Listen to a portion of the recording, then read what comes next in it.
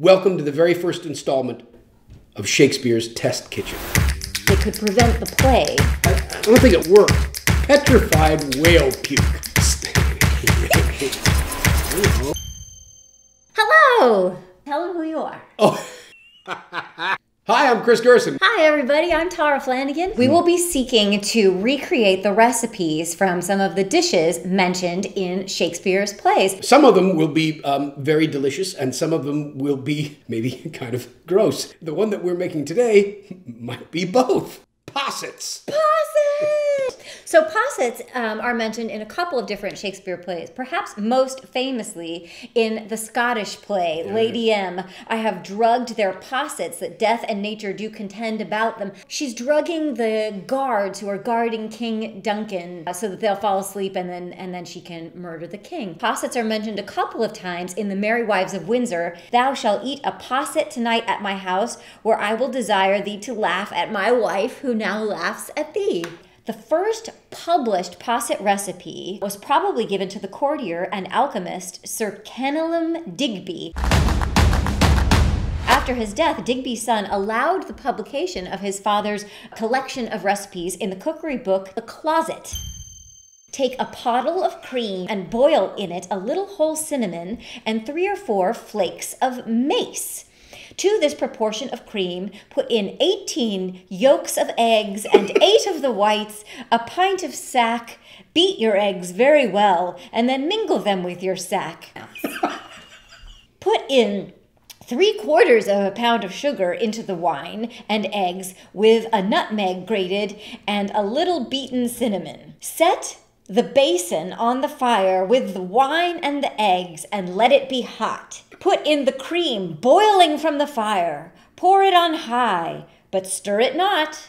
Cover it with a dish, and when it is settled, strew on the top a little fine sugar mingled with 3 grains of ambergris and 1 grain of musk, and serve it up.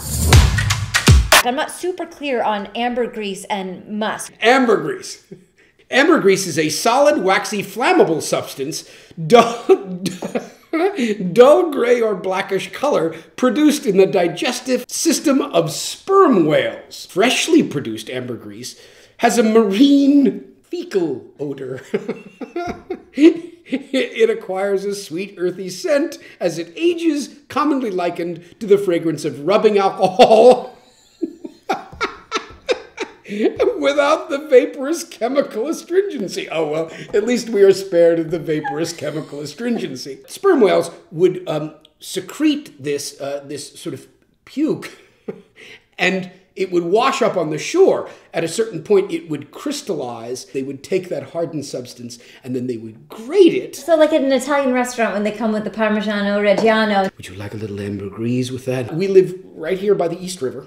I have been looking for lumps of ambergris. Population of sperm whales in the East River has significantly diminished since the English Renaissance. Musk, a strong smelling reddish brown substance which is secreted by the male musk deer and is an important ingredient in perfumery. We are cutting the recipe in half because there's just the 2 of us here at home. So you will need 15.5 fluid ounces of thin pouring cream. So we did a mixture of cream and whole milk. And whole milk, right, yeah. 1 small cinnamon stick. If you were doubling the recipe, you would do a large one. 1 mace flake. Now mace, for those of you who don't know, is a spice made from the reddish seed covering, aril, of the nutmeg seed. And we have, in fact, whole nutmeg. So we're going to grate a little bit of the outside. 3 egg yolks plus 1.5 egg whites, 2 fluid ounces of sherry or Madeira. And if you would like an alcohol-free version, then you would do the same amount of either orange or lemon juice. And 50 grams of raw sugar. So you go. We're going to add our cream. Should I be heating this up or no? Yeah. Go ahead and put it on medium-low. There we go. And we're going to put our spices in. So we'll put our cinnamon stick, grated nutmeg. And when it comes to a simmer, you will then remove it from the heat. You don't want to let it come to a boil. After you've brought your cream and spices to a simmer, then you're going to take them off the burner. Then you're going to take a clean saucepan, add our eggs. Then we're going to add our sherry or your lemon or orange juice. Wine and egg. Sugar. What could be nicer than curdled eggs with sugar? Put them over medium heat. And you're going to bring them to a simmer, but not a boil. It's a nice ambergris color. Whisking constantly. When do you put the ambergris in? Simmering. Okay, then we turn it down. And then we're going to add this, stirring constantly. You know, I found this deer. And he's got this little gland in the back that secretes a brownish red substance. And I was thinking, you know, I'm making that custard. Sure. And why don't we just put a little of that secretion, you know, right in the custard? I've got in the back some whale puke. You know, where did you find that, honey? I'm ashore. And You now, know, he comes home with the funniest thing. So then you're going to turn the heat all the way off. You're going to set it aside to cool. Now, it's still pretty thick, to be honest. But it has a nice foamy top. Oh.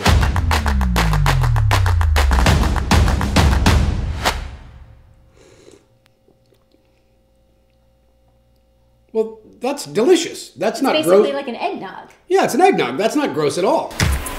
So one of the things that I was confused about when Lady Macbeth was talking about the Possets, I always thought she was talking about a drink. But I went back and looked in the play, and it doesn't say drink anywhere.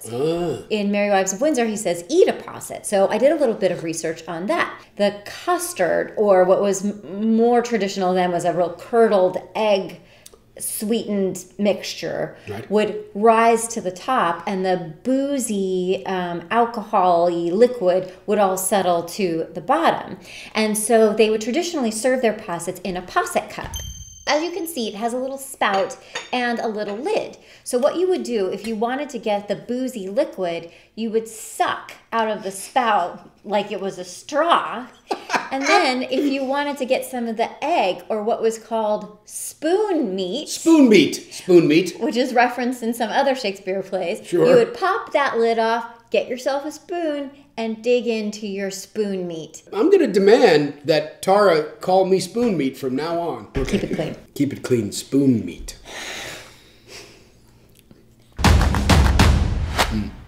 I feel so bad for those grooms, you know? They thought they were doing such a good job, and they finished their day, and they had this little treat they brought from home. And then they died. Macbeth then murdered them. Thanks for joining us on Shakespeare's Test Kitchen. Stay tuned for more episodes. Bye. Bye. Thanks for watching Shakespeare's Test Kitchen. Some good spoon meat.